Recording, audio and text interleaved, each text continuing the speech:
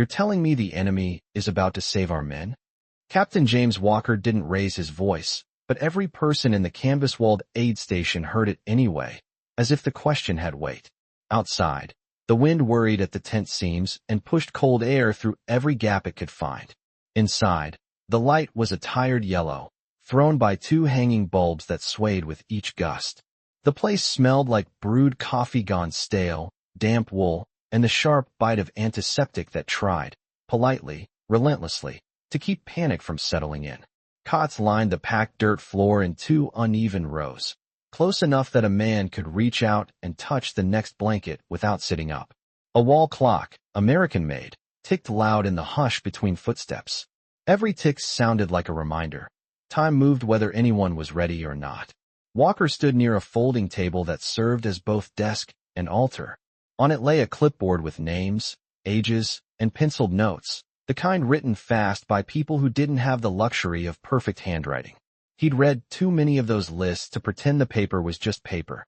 Behind him, Sergeant Robert Hayes, medic, steady hands, eyes that noticed everything, moved as if the air itself needed to be handled gently. He adjusted a lantern, checked the canteen, wiped his palms on his pants, and then stopped, listening. Two guards at the entrance shifted their weight in tandem, boots making small, impatient sounds. The guards weren't frightened of the wind or the dark. They were watching the two prisoners waiting just inside the flap. They were doctors, German doctors, captured, disarmed, and still standing with a posture that didn't ask permission to exist. Dr. Anneliese Hartmann kept her chin level and her hands folded neatly at her waist, fingers bare, nails clean. Her hair was pinned back with the same precision she might have used in a bright clinic before the world broke into uniforms and ration lines. Dr. Friedrich Bauer stood half a step behind her, older, narrower in the shoulders, his glasses catching the lantern light each time he breathed. Neither of them looked around like people begging for mercy. They looked around like people taking inventory. That was what unsettled the room. Walker had seen prisoners who slumped, prisoners who swaggered, prisoners who talked too much. These two were quiet. And quiet, he'd learned, could be more dangerous than shouting. A stretcher creaked somewhere near the far end of the tent. The sound wasn't dramatic, just a piece of wood complaining under weight. Hayes turned his head toward it, then back to Walker, as if asking without speaking. Walker's jaw tightened. He knew the rules, the articles, the language of war that tried to fence in chaos. He also knew what happened when a man needed help and there weren't enough hands. Supplies were counted like coins. Clean bandages felt rare as miracles. The nearest full hospital was miles away, and the road was a ribbon of mud that didn't care about urgency. In the corner, a coffee pot sat on a small stove, the surface trembling with each gust. A tin cup had been set beside it, empty, waiting. Hartmann's eyes flicked to the cup and back to Walker. Not longing, not entitlement, just observation. Bauer's gaze lingered on the medical kit with the practiced focus of someone who could name each instrument by touch. "Captain," Hayes said, soft, measured, an American voice shaped by nights without sleep. "They asked for work. They said they can help. They said—" He stopped before repeating the word that hung in the tent like smoke. "Enemy." Walker stared at Hartmann, then at Bauer, then at his own list. The tick of the clock pressed against his ears. Somewhere, a man coughed, the sound thin and stubborn. Walker's eyes didn't soften, but they sharpened, as if he'd made a decision not with emotion, but with math. He stepped forward, close enough that Hartmann could see the dust on his uniform, and he could see the steadiness in her pupils. His voice came out low, flat, final. "You're here," he said, "because you're doctors, not because you're Germans." Then he pointed once toward the cots, a small gesture that carried the force of an order and the risk of a confession. "You're going to treat our wounded." For the first time, Bauer blinked hard, as if the sentence didn't fit inside the world he'd been living in. Hartmann's hands remained folded, but her shoulders rose the slightest fraction with an inhale, like a person catching herself from falling. The guards' fingers tightened on their rifles. Hayes didn't move at all. Walker watched the two prisoners, waiting for the flinch, the protest, the trick.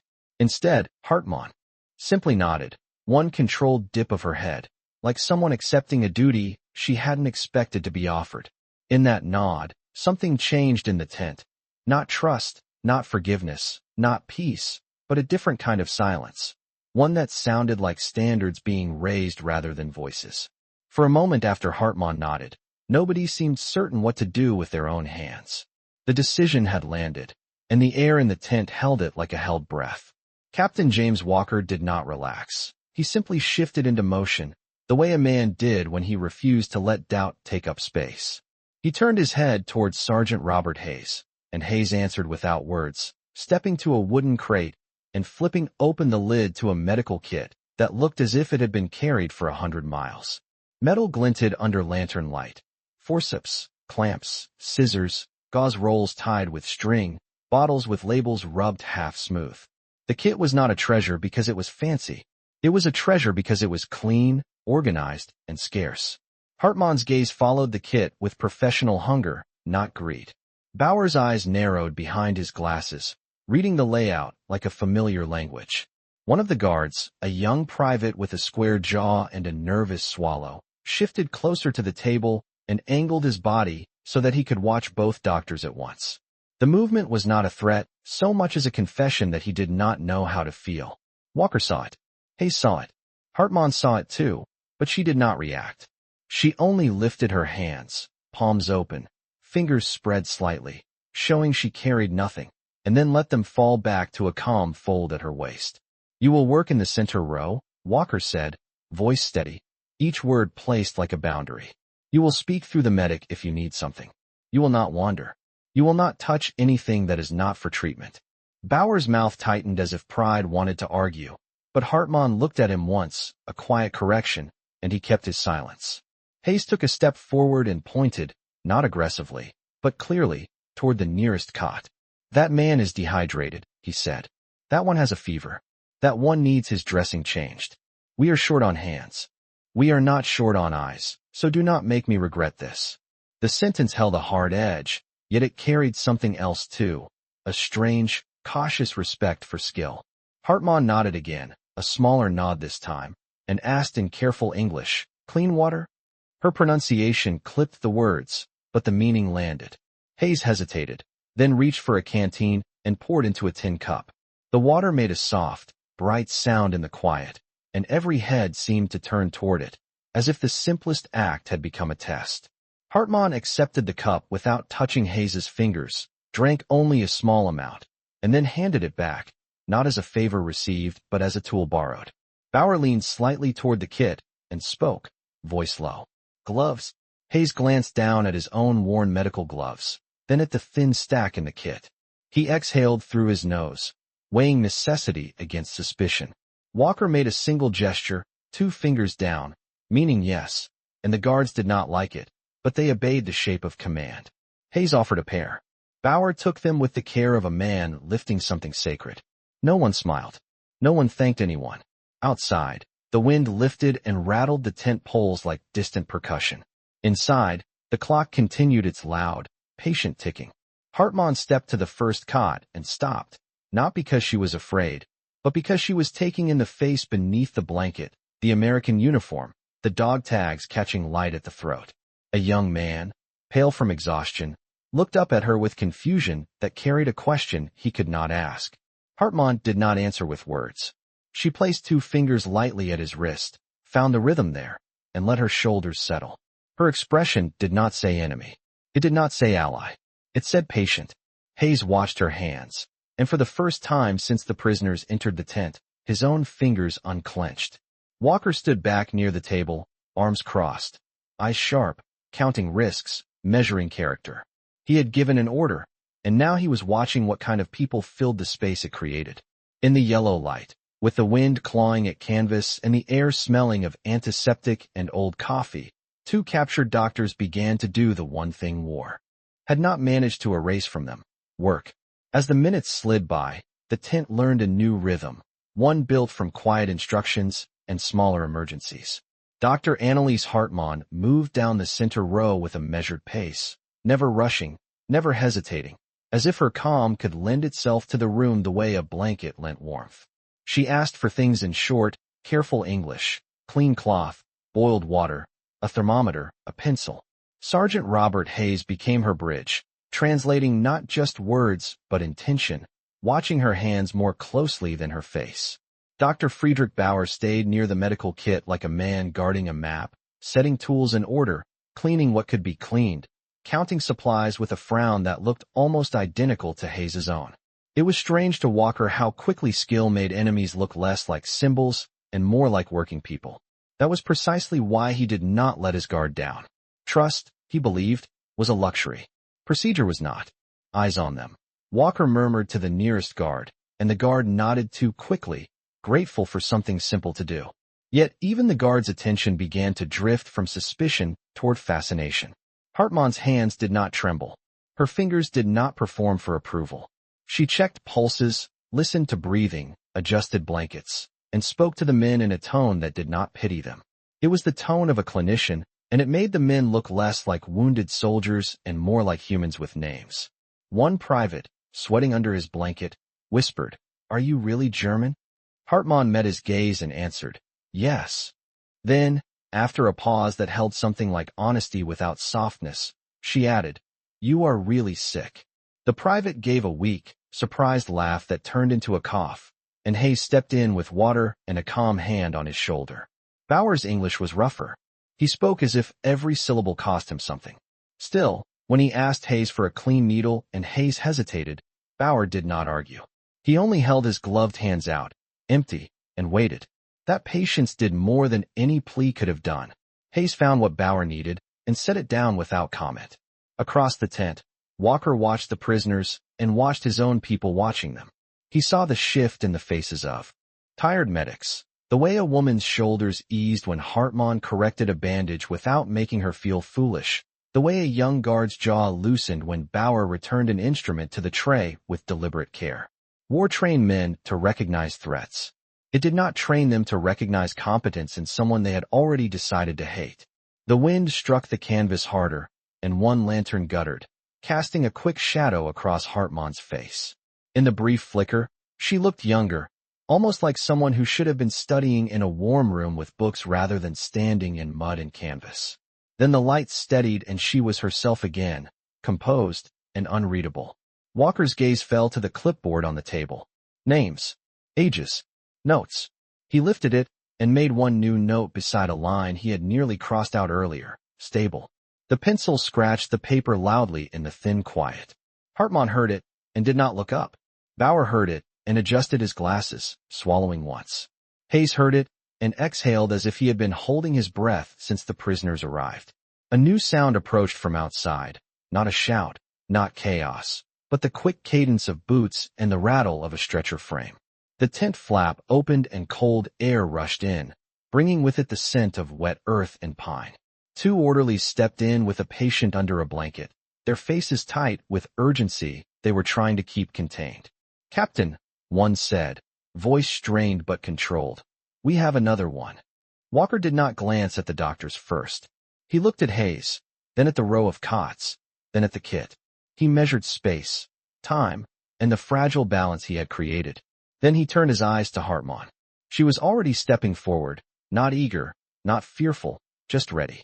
The guard nearest the flap raised his rifle a fraction, then stopped himself, uncertain.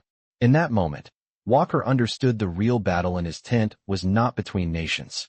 It was between instinct and principle, and both sides were watching to see which would win. The orderlies eased the stretcher into the narrow aisle, as if the tent itself could bruise what it held. The patient beneath the blanket was breathing, but not comfortably, and his skin had the grayish cast that made experienced medics move a little faster without announcing why. Sergeant Robert Hayes stepped in first, hands up, voice low. "Set him here," he said, guiding them toward an open cot near the center row where the lantern light was strongest. Captain James Walker watched the incoming faces, noting the tight mouths, the eyes that kept darting toward the two prisoners, as if expecting something to go wrong simply because the world had taught them that it always did. One of the orderlies, a corporal with mud on his sleeves, glanced at Dr. Anneliese Hartmann and stopped short, surprise breaking through his discipline. "Sir," he said to Walker, careful not to sound disrespectful, "you are letting them work on him?" Walker did not answer right away. He looked at the patient, then at the medical kit, then at the row of cots with men who were waiting for time to choose between them. His voice came out even, steady enough to set a tone. "I am letting doctors work," he said. The corporal's throat moved as he swallowed. The guard near the flaps stiffened again, rifle angled just a few degrees higher, not aimed, but ready. Hartman stepped forward and stopped at a respectful distance, letting Hayes own the space until invited. Her eyes traveled from the patient's face to his hands to the line of his jaw, not with judgment, but with assessment. She spoke quietly. "Name?" Hayes leaned close to the patient. "Private Ethan Cole," he said after checking the dog tags, then added for Hartman. He came in confused. "His pulse is fast. He has been cold for hours." Hartman nodded and reached into her pocket. The guard tensed, and Bauer's shoulders tightened, but Hartman brought out only a small pencil stub and a folded scrap of paper. She wrote the name down with careful letters, as if spelling mattered because it did. Then she held her empty hands up again, a practiced gesture that said, "Nothing hidden." Hayes watched her do it, and felt the room recalibrate, inch by inch. "He needs warmth first," Hartman said. "Not too fast. Please." Hayes nodded, relieved to hear an instruction that matched what he already believed. He signaled to an orderly to bring another blanket. Bauer moved closer to the kit, eyes on Hartman's face for a cue, then asked in his rough English, "Stethoscope?" The word landed wrong in the mouth of a man wearing a prisoner's expression, and a young guard scoffed under his breath as if the request itself was an insult. Walker's gaze snapped to the guard, and the guard shut his mouth immediately. Hayes retrieved the stethoscope and set it on the table without handing it directly. Bauer did not comment. He picked it up as if it were fragile, wiped it carefully with a cloth, and laid it within Hartman's reach. Hartman placed it against Ethan Cole's chest over the blanket, listening, head tilted slightly, her face a mask of concentration. The tent held still. Even the clock seemed louder, each tick a slow hammer. When Hartman straightened, she did not announce drama. She spoke in plain terms, the way professionals spoke when they had no interest in frightening anyone. "He is exhausted. He needs water, small amounts. He needs rest. I want to check his temperature." Hayes moved to obey, then paused when Hartman asked for something else. "I need a clean cup and a spoon," she said. The guard frowned as if a spoon could become a weapon. Bauer saw the look and quietly removed his gloves, setting them on the table, showing bare hands. It was not surrender. It was a choice to reduce fear. Walker noticed. He leaned in toward Hayes, voice low enough that only Hayes heard. "You keep control," Walker said. "You keep the procedure. I will keep the room." Hayes nodded once. He understood. The danger was not in the doctor's skill. The danger was in everyone else's assumptions. Hartman accepted the thermometer when Hayes offered it, and held it like a promise she intended to keep.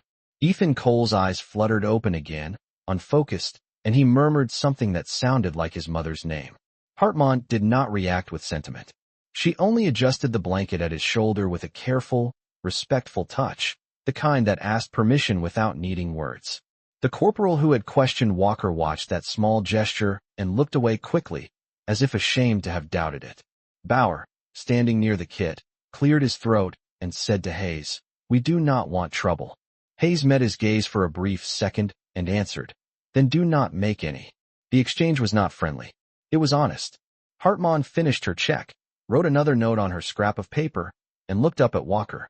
For the first time since the stretcher arrived, her eyes held no plea, no apology, no defiance. Only a quiet statement of fact. "Let us work," she said. Walker held her gaze, then nodded once.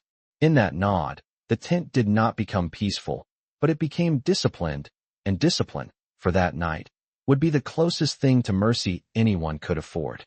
By midnight the tent had warmed a few degrees, not from heat, but from bodies and effort, and the air had taken on a new smell, clean cloth drying near the stove, weak coffee, and that faint metallic hint that always rose around medical tools no matter how often they were wiped. Captain James Walker had not sat down once. He stood where he could see the entrance, the center row, and the supply crate all at the same time, as if vigilance could be arranged like furniture. Sergeant Robert Hayes moved between cots with a quiet authority that did not require shouting, but the strain in his shoulders said the night was heavy. Dr. Annalise Hartman worked with the same steady tempo, taking notes on her scrap of paper, checking temperatures, speaking only when necessary. Dr. Friedrich Bauer cleaned and arranged instruments, asked for boiled water, asked for fresh gauze, and never took a step without the guards noticing. The balance held until it did not. It began with a simple request that should not have mattered. Hartman looked up from Private Ethan Cole and said, "We need sugar." Hayes frowned. "We do not have much," he answered. Hartman did not insist. She only added, "A spoon. A small amount. It will help him keep fluids down." The corporal by the entrance, still uneasy, heard the word sugar and scoffed as if kindness had become weakness. "We are feeding them now," he muttered, loud enough to reach the wrong ears. Bauer's jaw tightened. Hartman did not look up. Hayes shot the corporal a warning glance. Walker's voice cut through, low and sharp. "Corporal, do your job." The corporal stiffened, embarrassed, and stepped closer, trying to regain control of his pride. That step narrowed the aisle, and in the tight space, it turned every movement into a misunderstanding waiting to happen. Bauer reached toward the crate, not for sugar, but for a clean cloth he had set aside earlier. The corporal saw the motion, saw a German hand near American supplies, and his nerves did what nerves always did under pressure. He grabbed Bauer's wrist. "Hands where I can see them," he snapped. The words were not cruel, they were scared. Bauer froze, eyes wide behind his glasses, the cloth hanging from his fingers like a flag of surrender that nobody recognized. For half a second the tent went silent except for the clock. Hartman lifted her head slowly and looked at the corporal, then at Walker, then at Hayes. She did not flare up. She did not plead. She simply said, in clear English, "He is not taking. He is cleaning." The corporal did not release Bauer. His grip was not brutal, but it was wrong, and everyone felt it. A young guard shifted his rifle upward again, not aiming at anyone, but raising it like a shield against the fear that had suddenly returned. Hayes stepped forward, palms open. "Let go," he said to the corporal, tone firm, almost gentle. "He is not stealing. He is doing what we asked." The corporal's face reddened. "We asked them to treat, not to touch our things," he argued, voice cracking under the effort to sound confident. Walker moved one step closer, and the room's focus snapped to him. He did not reach for the corporal. He did not reach for Bauer. He simply looked at the corporal the way officers looked at problems they intended to end. "You are here to guard," Walker said. "You are not here to invent crimes." Then he added, quieter, more dangerous because it did not need volume, "Release him." The corporal hesitated. Pride held on for one more heartbeat. Hartman spoke again, still calm. "If you do not trust our hands," she said, "then you do not trust your own decision to let us work. And if you do not trust that, the patients will pay." The word patients landed differently than wounded, differently than men, because it reminded everyone what the tent was for. Hayes watched the corporal's throat bob as he swallowed. Finally the corporal let go. Bauer flexed his wrist once, not dramatically, just enough to restore blood flow. And then he set the cloth down on the table with deliberate care. He did not glare. He did not smile. He simply resumed the task that had nearly become an accusation. Walker exhaled, a small release, and turned. His attention back to the cots, as if the incident had been nothing more than a gust of wind against canvas. But the tent had felt the edge of something, and everyone knew it. Trust had not broken, yet it had revealed how thin it was. Hartman leaned toward Hayes and said softly, "Please. Sugar." Hayes stared at the supply list, then at Ethan Cole's face, then at the coffee pot where a tin of rations sat like a reluctant mercy. He reached in, pinched a small amount of sugar between his fingers, and poured it into a spoon as if measuring more than sweetness. He handed it to Hartman without ceremony. She accepted it, and in the simple exchange, Walker saw what the night was really teaching his men. Discipline was not only about commands. Sometimes it was about allowing decency to happen even when fear tried to stop it. The sugar did not change the world, but it changed the room. Dr. Annalise Hartman mixed it into a few ounces of warm water with slow, careful circles of the spoon, as if haste could turn kindness into harm. She held the cup near Private Ethan Cole's lips and spoke to him in a voice that stayed level, the way one spoke to a person who deserved dignity even when he was too tired to answer. Ethan swallowed once, then again, and the tightness in his face eased by a fraction. Sergeant Robert Hayes watched the swallow the way some men watched a compass needle, then let out a breath he had not noticed he was holding. Across the aisle, Dr. Friedrich Bauer resumed wiping instruments, his movements more deliberate than before, as if he needed his hands to prove something that words could not.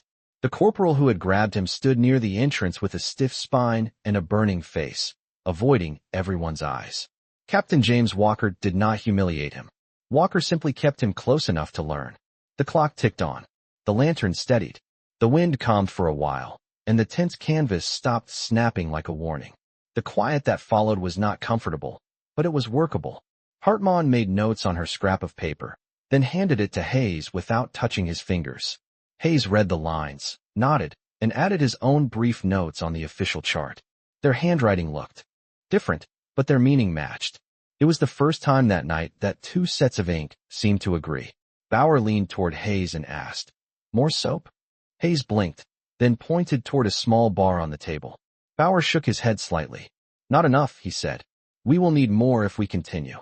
Hayes started to answer with the usual truth, the one every supply officer hated. There was never enough. But Walker spoke first. "We will make do," he said. Then, after a pause, he added, "And you will show my medic how you make do." The sentence was both permission and instruction, and Bauer's eyes lifted, surprised. He had expected orders, suspicion, perhaps punishment. He had not expected the captain to ask for knowledge. Bauer nodded once, and, with careful restraint, demonstrated how to rinse gauze in boiled water, how to lay it near the stove without scorching it, how to fold it so that the clean edge stayed clean. Hayes followed every motion, not because he was ignorant, but because he understood the value of another method when resources ran thin. Hartman moved to the next cot, checked the temperature, adjusted a blanket, and then paused at a small detail most people would have missed. A soldier's canteen was open, its cap lost somewhere in the straw and dirt. She did not scold. She simply found a clean cloth, wrapped it over the mouth of the canteen, and tied it with a strip of string to keep dust out. It was such a small act that nobody would have praised it. Yet a young nurse saw it, copied it, and within minutes, 3 more canteens were covered the same way. Walker noticed the copying and understood the quiet power of it. Not orders. Example.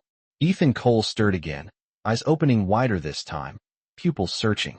His gaze landed on Hartman's face and stayed there, confusion giving way to a fragile sort of recognition. "Ma'am," he whispered, the American habit of politeness surviving even when his voice did not. Hartman did not correct him. She did not tell him who she was. She only answered with the simplest truth. "You are safe here," she said. The words were not a promise of the future. They were a statement about the next minute. Ethan's eyelids lowered, and his breathing steadied, still shallow but less strained. Hayes looked up at Walker, and for a moment his expression held something like disbelief and gratitude, both contained, neither spoken. Walker's face stayed composed, but the angle of his shoulders changed, easing a fraction, like a man allowing the room to become what it was meant to be. The corporal near the flap cleared his throat, unsure what he was asking permission for, then muttered, "Sir, I was out of line."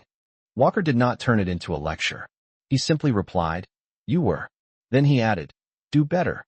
The corporal nodded hard, relief and shame mixing in a single motion. Hartman did not look at him. Bauer did not look at him. They returned to their work, and that was the point. In the soft clink of instruments and the low murmur of instructions, the tent learned a strange lesson. Discipline could hold fear in place long enough for decency to do its job. Near 3 in the morning, the tent had the quiet of a place that had decided to keep going because stopping was not an option. The wind outside softened into a steady hush, and the canvas walls no longer snapped, only breathed. Lantern light pooled on the packed dirt floor in slow ovals, revealing scuffed boots, folded blankets, and the thin shine of cleaned instruments laid in careful rows. Captain James Walker finally sat on the edge of a folding chair, not to rest, but to lower his height, so the room did not feel like it was being watched from above. He kept his clipboard on his knee anyway, pencil tucked behind his ear like a habit he did not know he had.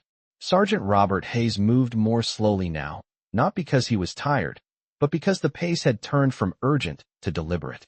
He checked pulses, adjusted cups of water, nodded at Hartman's notes, and sometimes simply stood still for a second, listening to the tense sounds as if they could tell him what was coming next. Dr. Annalise Hartman remained steady, but the smallest details gave her away to anyone trained to notice. She rubbed the back of her thumb against the side of her index finger when she paused, a quiet motion that looked like counting. She inhaled through her nose before each new cot, as if she was preparing her mind to treat a person, not a problem. Dr. Friedrich. Bauer spoke even less than earlier. When he did speak, it was precise. Boiled water is cooler now. Needle is clean. Gauze is drying. He sounded like a man trying to prove his usefulness without asking for anything in return. The corporal who had caused trouble earlier stood by the flap, posture corrected, eyes scanning the aisle with a different kind of alertness now. He watched for real issues, not imagined ones. Once, he saw Bauer set an instrument down near the edge of the table and, without thinking, he stepped forward and nudged it back from falling. He caught himself immediately, pulling his hand away as if he had touched a hot stove. Bauer looked at the instrument, then at the corporal's face, and gave the smallest nod, not gratitude, not forgiveness, just acknowledgement. That nod seemed to loosen something in the corporal's chest. He swallowed and returned to his post without a word. Private Ethan Cole stirred again. This time his eyes opened and stayed open. His gaze drifted across the tent, slow and searching, then settled on Hartmann, who was checking his wrist with 2 fingers and a calm expression. "Where am I?" he whispered, voice thin. Hayes leaned in.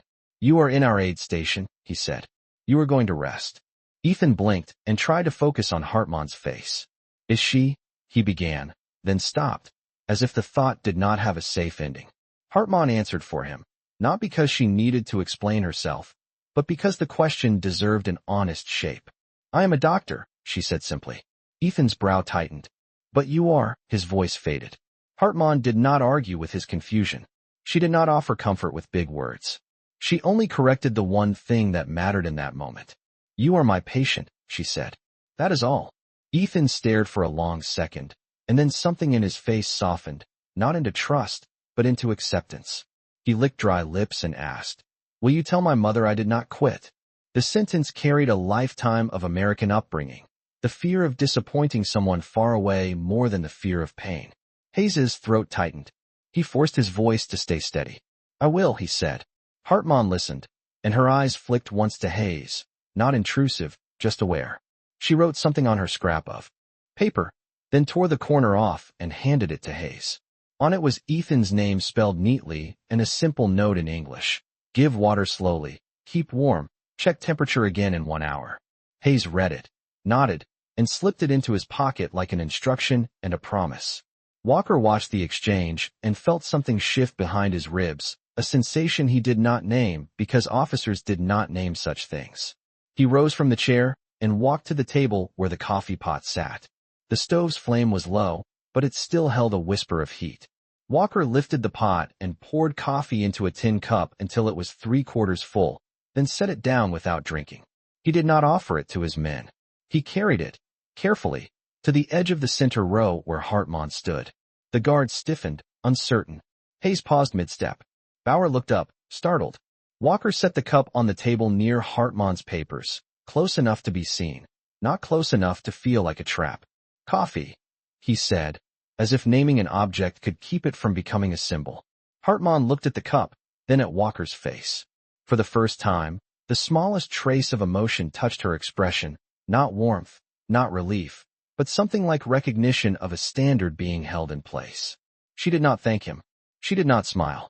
She only dipped her head once, the same controlled nod she had given when he first ordered her to treat his men. In the quiet that followed, the clock kept ticking, the lanterns kept glowing, and the tent kept doing the work it was built to do, but something invisible had changed. The room was still a battlefield of instincts. It simply had one more act of discipline holding the line. Just before dawn, the tent's air changed again, as if the night had finally spent itself. The lanterns still burned, but their light looked less yellow now, less trapped, because a thin gray daylight began to press through the canvas seams. It was not sunrise you could see, only sunrise you could feel, a faint lift in the edges of everything. Captain James Walker stood at the entrance for a moment and listened to the quiet outside, the kind of quiet that did not mean peace so much as distance. Then he stepped back in and let the flap fall. Inside, the aid station was calmer, not because the work was done, but because the work had found a rhythm it could hold. Sergeant Robert Hayes moved down the row with a pencil and a small stack of forms, updating names, temperatures, and water intake in careful handwriting that would make sense to someone hours later. His movements were slow but exact, like a man refusing to waste 1 ounce of energy. Dr. Anneliese Hartmann was seated at the folding table now, not as a guest, not as a prisoner given comfort, but as a professional given a surface to write. She had a single sheet of paper, salvaged from a torn notebook, and she wrote on it with her pencil stub, keeping the lines tight so she could fit more words. Dr. Friedrich Bauer stood beside her, reading over her shoulder, occasionally pointing to a line with a gloved finger, then withdrawing the finger immediately, careful not to appear too familiar with anything in the American space. The coffee cup Walker had placed earlier sat untouched, still warm, steam barely visible in the dim. Hartmann did not ignore it. She simply treated it like every other object in the tent, something to be used only when it served the work. She wrote one more line, tore the bottom edge of the page into a neat strip, and slid that strip toward Hayes as he passed. Hayes glanced down and saw it was not in order this time. It was a list, which cots needed checks every hour, which men needed small sips, which men could sleep longer without being disturbed. It was the kind of thinking that freed other hands. Hayes nodded and said quietly, "Thank you," then immediately looked away, as if he did not want the word to become an emotional event. Bauer watched Hayes's mouth as if the sound mattered, then turned his eyes to Walker when Walker approached. Walker did not step close to the doctors. He kept the same respectful distance he would keep from any specialist he did not want to distract. "We are going to transfer some men when the road clears," Walker said to Hayes, but he made sure the doctors could hear. "You will stay with the ones who cannot travel." Hayes answered, "Yes, sir," then looked to Hartmann. Hartmann nodded once. Bauer swallowed and asked, "We will be taken away." His voice was flat, but the question underneath it was not about location. It was about whether this had been a trick. Walker's gaze held steady. "You will remain under guard," he said. "You will remain doctors while you are here." The sentence was a boundary and a recognition. Bauer's shoulders eased by a fraction. Hartmann returned to her paper and began a second page, this one less clinical, written smaller, more private. She kept her body angled so the guards could see her hands, as if she had learned that transparency was a form of protection. Walker noticed. He also noticed that one guard, the same corporal from earlier, had stopped hovering and started helping in small, cautious ways. He carried a bucket of boiled water. He replaced a lantern wick. He did not speak to the prisoners. He simply worked in the same room without trying to dominate it. When Hartmann finally lifted the coffee cup, she did not drink quickly. She took one small sip, then set it down again, preserving it as a resource. In a war of shortages, even comfort was rationed. Hayes paused beside Private Ethan Cole and checked his temperature. Ethan's eyes opened, slower now, clearer. "Did I make it?" he whispered. Hayes kept his answer simple. "You are still here," he said.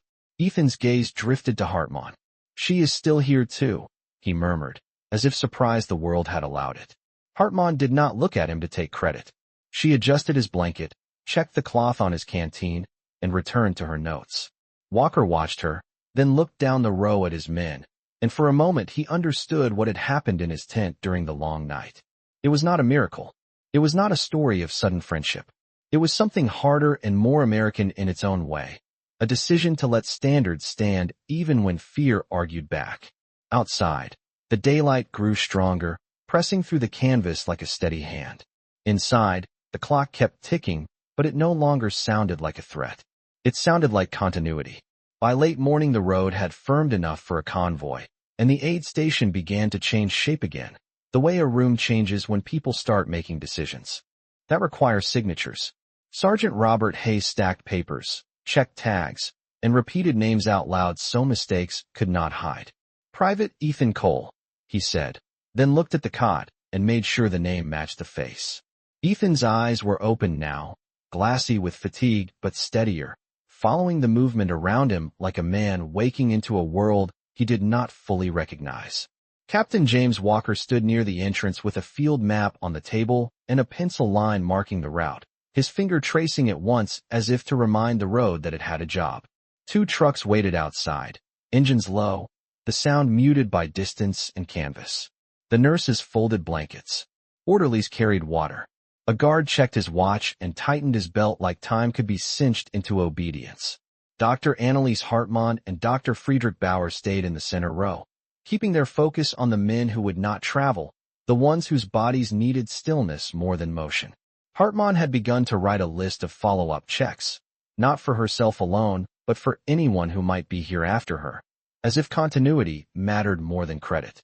Bauer kept organizing the kit, separating what was clean from what needed boiling, his eyes counting each piece twice. When the first stretcher team came in, the corporal at the flap stepped aside without being told. He did not look at Bauer's hands anymore. He looked at the pathway, making space. Hartmann noticed and said nothing. That was her way. Hayes walked over to Hartmann with a sheet of official paper, the kind with printed lines and military language that sounded hard even when it described simple acts. "Captain wants documentation," Hayes said, voice neutral. "Your names. Your roles. What you did." Bauer's mouth tightened as if he expected the paper to become an accusation. Hartmann took it, read the heading, and then looked up at Walker. "This is for record," she said. Walker nodded. "For my command," he answered. "For yours if it ever matters. I will not let rumors write the story." Hartmann's expression did not soften, but her eyes held a brief understanding. She wrote her name carefully, then Bauer's, then a short line beneath. Medical treatment provided under guard. No flourishes. No please. Hayes watched her handwriting and felt an odd respect settle into him. Not admiration, not affection, but recognition of a person who did not waste words. Ethan Cole called out softly, "Sergeant." Hayes turned. Ethan's voice was still thin, but it carried purpose. "Did you write my mother?" Hayes hesitated. "Not yet," he admitted. "But I will. I promised." Ethan swallowed, then glanced toward Hartmann. "Tell her," he said. "Tell her that I was not alone." The sentence landed in Hayes's chest like a stone. He nodded once. "I will," he said. He did not add anything. Hartmann, standing nearby, heard it anyway. She stepped to Ethan's cot, checked his wrist, then said, "You will go home and tell her yourself." Ethan gave a weak exhale that might have been a laugh if he had more strength. "That sounds like a lot of work," he murmured. Hartmann answered, "Yes." The simplicity of it made Hayes look away to hide the sudden tightness in his eyes. Outside, a driver called that the first truck was ready. Walker lifted his clipboard and began assigning names. "Hayes, you go with the first load," he said. Hayes started to protest, instinct pulling him toward the men staying behind, but Walker's gaze held him. "You have done your part here," Walker said. "Now do your part there."